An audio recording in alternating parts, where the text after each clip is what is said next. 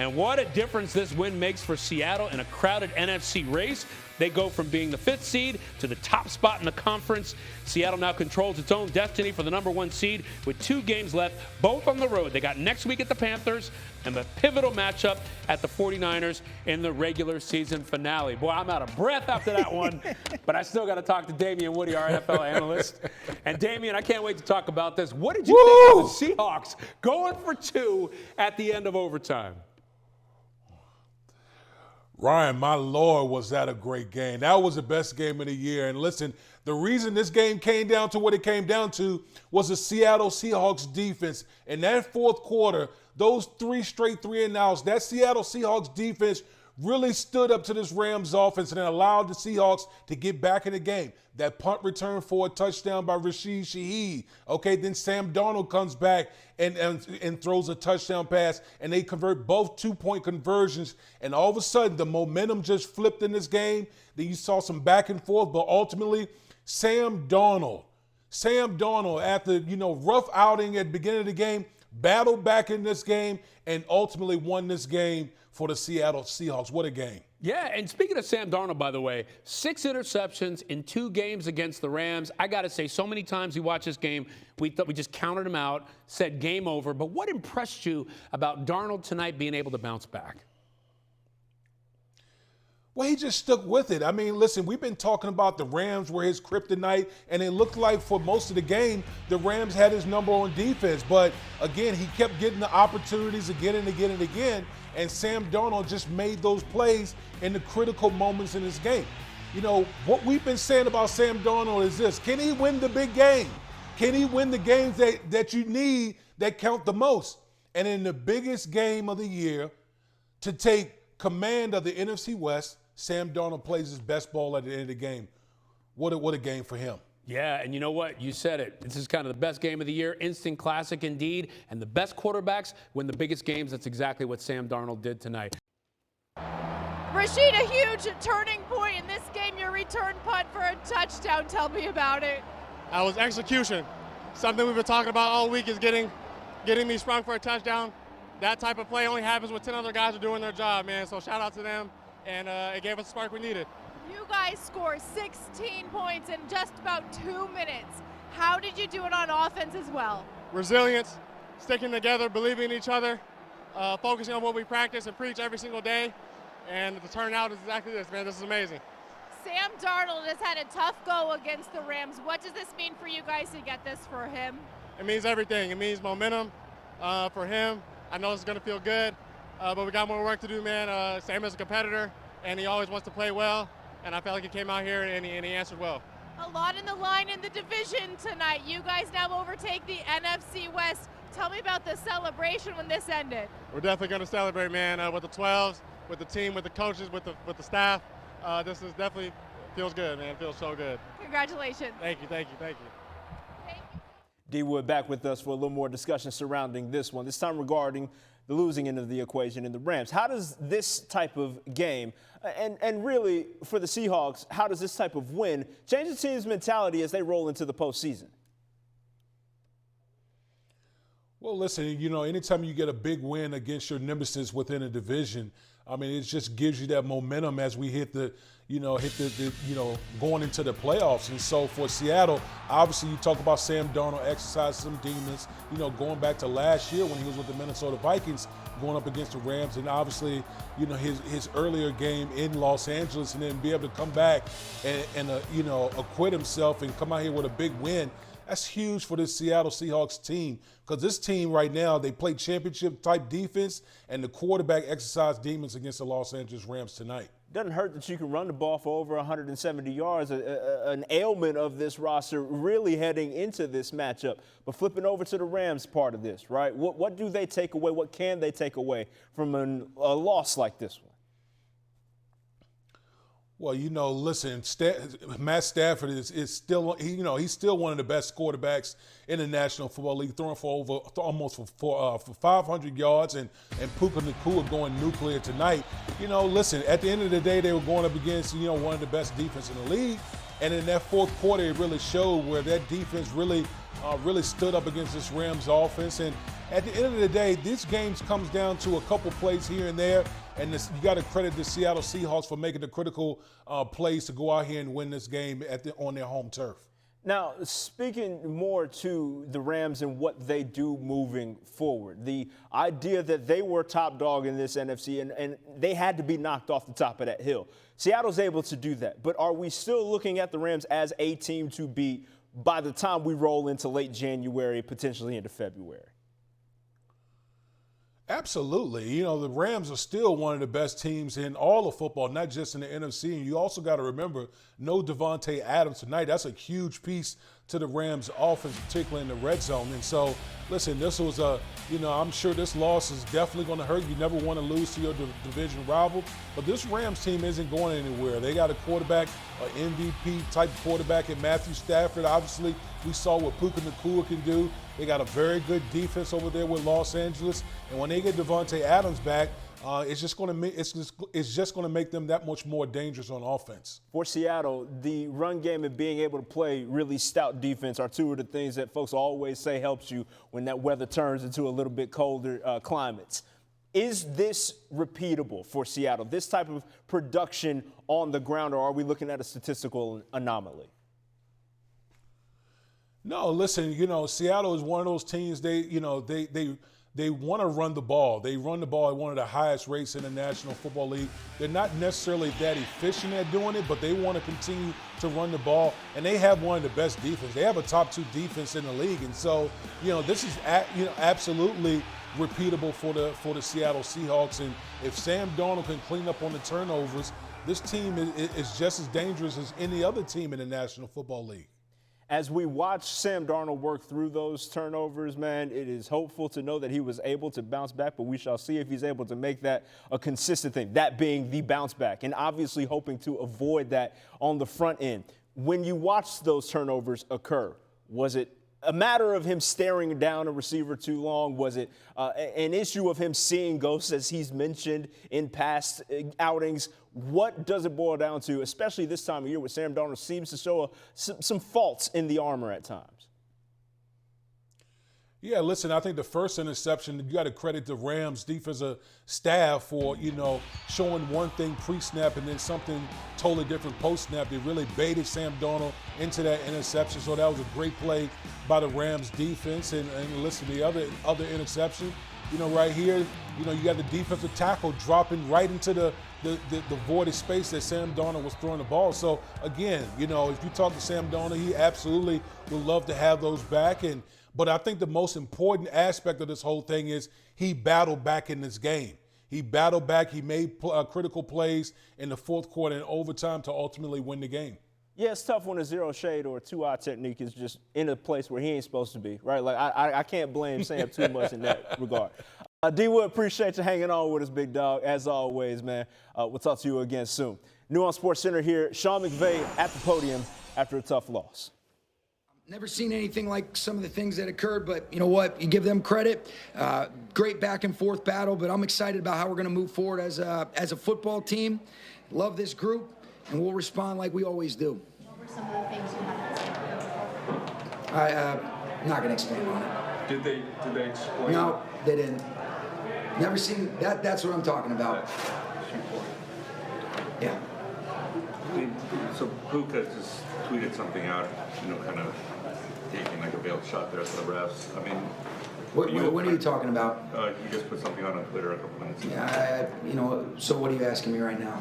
Are you okay? I can't answer questions about something that I'm not aware of. Okay, but are you okay with players kind of expressing frustration over things like that? Or is that something that you hope that they kind of keep to themselves? And I got to have more information before I answer any of those kind of questions. What conversations have you had with Puka about his live stream this week? Yeah, he was very apologetic. I don't think he understood the totality of some of the things. I think he issued that apology. I know this guy's heart, and for anybody that was offended, terribly sorry about that. I know he feels that same exact way. He's a young guy that's a great kid that's continuing to learn about, just the platform that he has. I love him. We're going to continue to put our arm around him and help him learn and grow. But we never want to do things that ever offend anybody, and I know he feels that same way. How about those guys coming onto your property at the facility in a short week? as you're preparing for the biggest Yeah, I don't know anything about that stuff. They came on our property. They were outside parking lot. He said on the live stream that you were mad. I was. I don't think no. Did he say my name? He said, boss man. I assume that was you. It wasn't me.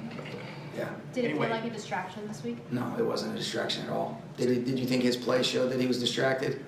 I didn't think so either. He went off today. He didn't. And you know what? And I apologize for. You know what? I love this team. And man, when you put out as much as our group does, and you care so much about something, and you come up short, it's incredibly disappointing. But as it relates to just the things that you're asking, you know, we always want to make sure that we handle ourselves with class, learn from it. I'll put my arm around him and continue to educate our guys. I love this team. I love his heart. I think he's going to continue to grow and mature. And I'm going to be there right there with him to continue to help do that. As far as the other things, I know that wasn't a distraction. There were some things that came up. You address it. And you keep it moving. And I think, you know, most importantly, you never want to offend anybody. And I know that that's where his heart is as well. As far as the game's concerned, it was a great back and forth battle between two really good football teams. What I was referring to is that I've never quite seen anything like what happened on the 2-point conversion, where you're lined up to kickoff. Then they say it's a fumble because they had the clear and obvious recovery. Now you tack it on, you make it a 30-30 game. Very interesting. Didn't get a clear explanation of everything that went on just because of some of the timing of it. They were trying to be able to do that, but that's the thing that I've said. I've never seen anything or never been a part of anything like that, and I've grown up around this game. I'm not making excuses. We don't do that. I don't believe in that. It doesn't move us forward, but we do want clarity and an understanding of, you know, the things that we can do to minimize that when we rejected the 2-point conversion. Sean McVay's asking some tough questions. Meanwhile, Kenneth Walker III, this is new on SportsCenter, about the win. You know, we just had a great team win. You know, never no one gave up. And we never think we're going to lose the game. You know, we're going to keep fighting all 4 quarters or overtime, however long it takes. To have Rashid kind of get up to speed with you guys now, obviously the punt return was huge. How big was it for you guys on the sideline to have that kind of flip the game a little bit? Yeah, it's great. He switched the momentum a lot, you know. He a playmaker, and he make big plays, and that was another big play, and we love having him here. Ken, what did it feel like having Gray's able as a escort on that throwback screen? It felt good, you know. We always talk about the O-line as, you know, none of this success we have as a run game is possible without them. So, you know, having him in front of me, and, you know, he showed his athleticism on that play.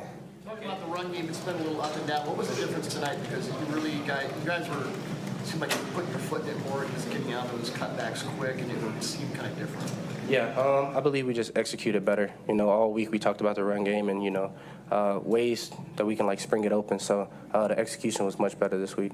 Yeah, did you guys have any idea what was going on the 2-point conversion where eventually it got ruled that it was good? Well, I'll speak for myself. I didn't know what was going on until I looked at the review, and then Zach picked the ball up, and shit, they gave us 2 points, so we'll take them. What kind of a heads-up play is that by Zach, the presence line? It's good. You know, great heads-up play. You know, we talk about it a lot. We call it eat drill. You know, anytime the ball is on the ground, you'll see defense doing it all the time. They pick it up, and Zach did the same thing, and, you know, that's where it got us. Seahawks beat the Rams 38-37 in a thriller. Here's Mike McDonald. This is new on SportsCenter. All right. Holy smokes. What a great football game. I mean, first of all, an incredibly electric atmosphere. I mean, just an all-time great atmosphere showing by our 12s. I mean, shout out to all our people in you know, for the Seahawks too. I mean, all the lights and all that. I mean, it's just an electric atmosphere. And then, you know, with all the adversity we're dealing with throughout the game, they didn't leave us. Not a seat was empty, you know, given all the circumstance, and they stuck with us, and our team could feel it, and it was awesome. I mean, and just talking about our football team, just so proud of our group. I mean, this is who we are, you know. We set out to just show that, you know, to prove to ourselves who we were as a team.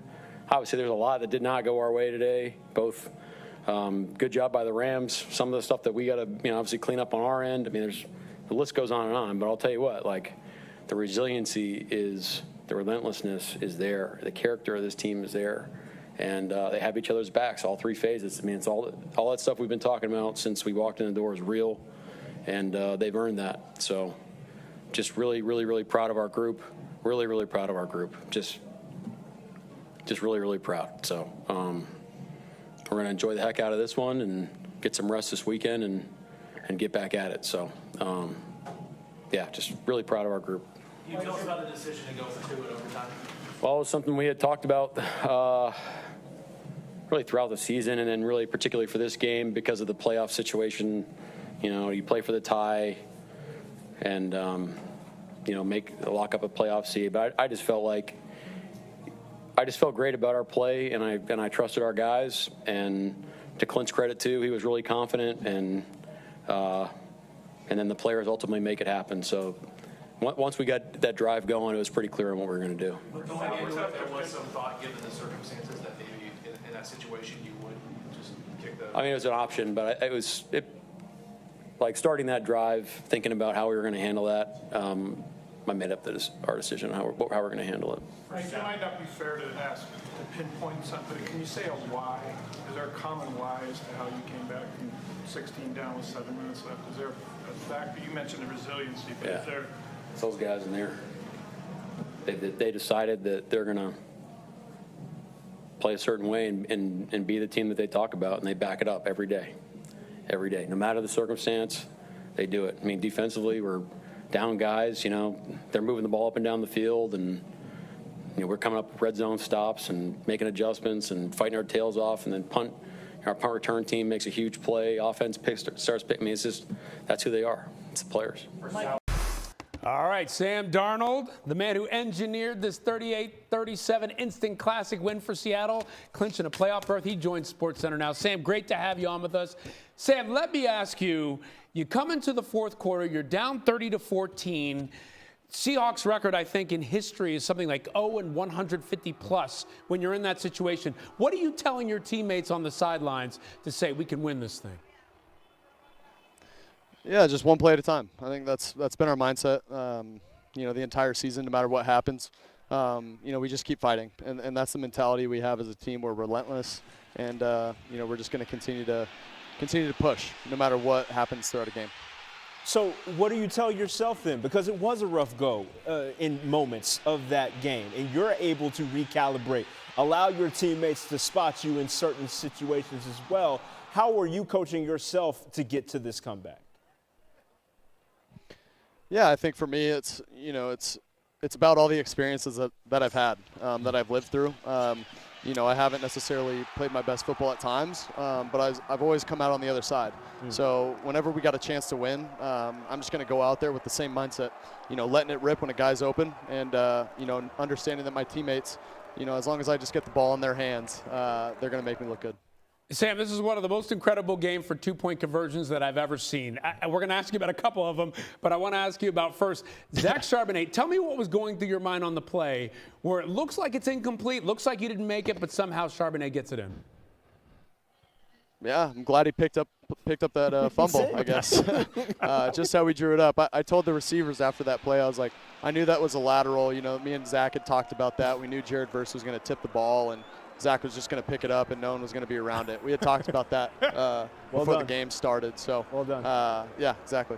I like, and then take us to the other 2-point conversion, the one that winds up winning that bad boy for you. Knowing that you have to have it. Yeah, you know, we obviously have a great coaching staff that puts together, you know, a lot of great plays in every single situation, especially on a short week too. Just putting together that plan for us was incredible. You know, just having those plays available to us, and you know, we felt really good, obviously, about the 2-point play that we ran there at the end. I felt really good about it, and you know, just understood where my outlet was, and I just want to give a huge shout out to Eric Saubert for being at the right place at the right time. Indeed, indeed. All right, so you clinch a playoff spot tonight. This is a big win. It's a classic, but it's one of those gut check wins that sort of puts you in this mind frame of this is what we can do. So how do you use this win, the momentum from it, as you head into the playoffs? Yeah, you know, it's a great win, and you know, it's great to for me especially to just have family here. I have a lot of family and friends that came in for the holidays, to celebrate while we got a couple days off here this weekend. So it'll be nice to get the mini bye, as we call it, to get a couple days off. But it's right back to the drawing board. We obviously have, a lot of work to do. We still, left a lot out there, I feel like, on the field. But again, we finished as a team. Our defense, our special teams stepped up when we needed them, and we stepped up in the end when everyone needed us. So. Great time for a mini bye, Sam Darnold. Big win for you. Congratulations to you and the Seahawks. Best of luck the rest of the way, brother. Congrats, man.